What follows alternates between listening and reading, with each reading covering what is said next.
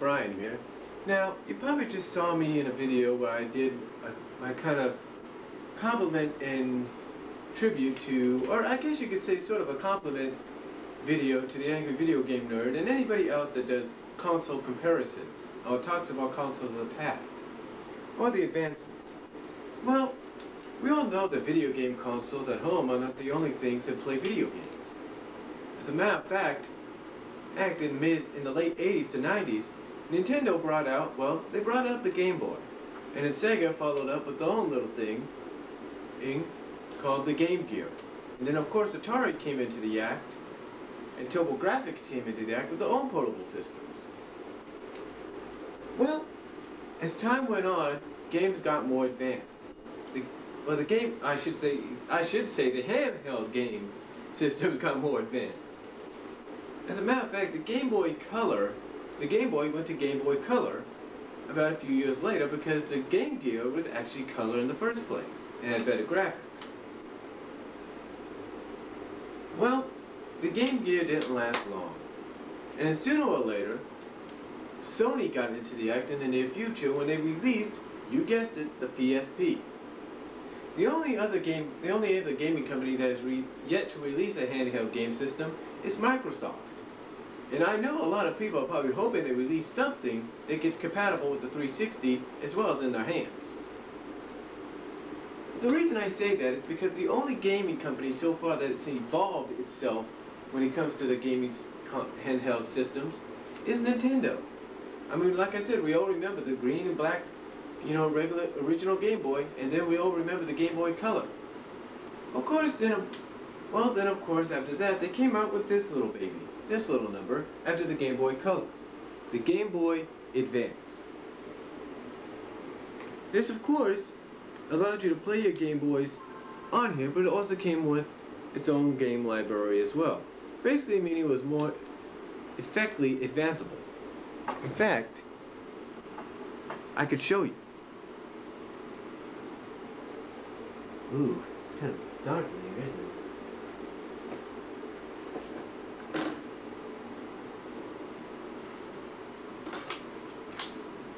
But anyway, like I was saying, you can actually play your own library of Game Boy Advance games.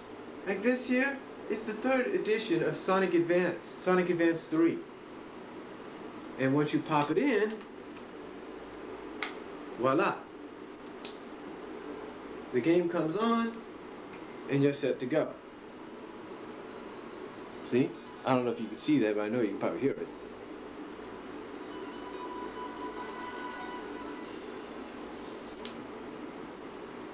But you're all set to go.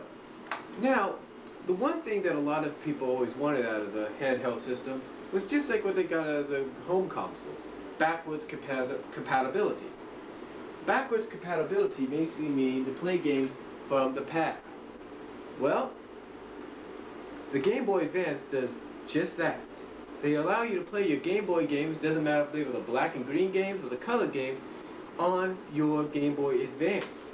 You pop it in, just as you would in a Game Boy, turn it on, and here's the biggest thing about it. I don't know if you could see it, but what you could do is you could actually increase the screen to widescreen or to the regular Game Boy screen. Get it? Wide, big.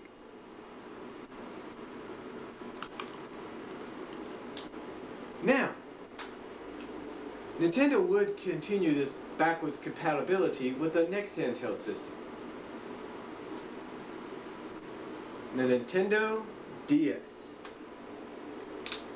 And its backwards capability was only made for one handheld game system, the Advance.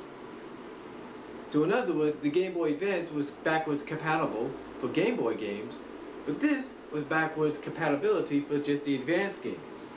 So in other words, you could take your Game Boy Advance game, as you see me doing right here, pop it in,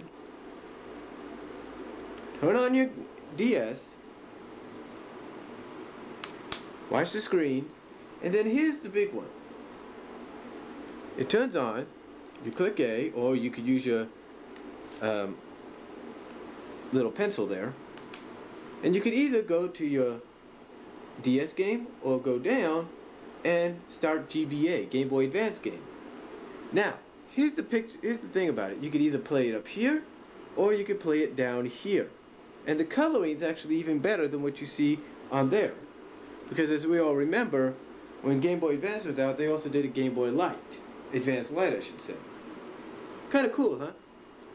Compatibility and everything. But like I said, you could not just play it like this, you could also play it on this screen as well.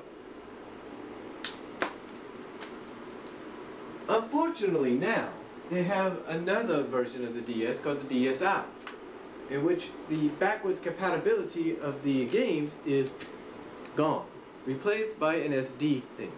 Now some might consider that cool, I consider it cool, but still it kind of defeats the purpose. And if you want to keep your DS with the backwards compatibility, you basically got to shuck out another $170 just to get the DSi. Now, I don't have it on me right now because it's in my game room down the hall, and I'm not going to go there because I don't want to disturb anybody that's sleeping right now.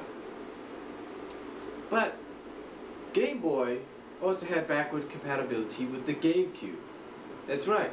For some of you that have a Nintendo GameCube, you know what I'm talking about. Basically, you were able to connect this little Game Boy compatibility thing. I don't know what it was. I don't know what they call it. Game Boy Advantage or something. Connected to the bottom of your GameCube, of your Nintendo GameCube, and you were able, and by doing so, you were able to play these games, your advanced games, your original Game Boy black and green games, as well as your Game Boy Color games on your television screen with the GameCube controllers. Kind of fun, huh? I mean, what we wanted, mostly at the time when these first came out, was to see it on the big screens or on television screens. Well, with that, we got the ability. Now, I know they did something similar to that with the Super Nintendo many years ago, but this one helped out because it did it with both things. However, the only disadvantage, though, was that if you had a Game Boy Video, like say I do, because I have the Sonic Supersonic volume of Sonic X for the Game Boy Video, you were only able to do it with the games, none of that. The Game Boy Video, though, does work with the DS. That's the only saving grace.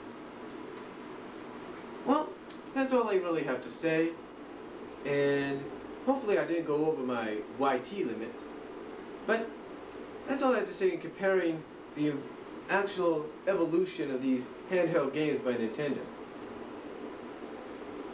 And who knows, maybe eventually they'll do something that will be similar, and who knows, eventually what I'm trying to say, as you can see the time that it's late, what I'm trying to say is hopefully maybe the Wii will come out someday with something that's similar to what we have with the Game Boy Advantage on the GameCube. Who knows? But like I said, the evolution of these, hey, it keeps going. Wouldn't you agree? I'm Brian. Peace out.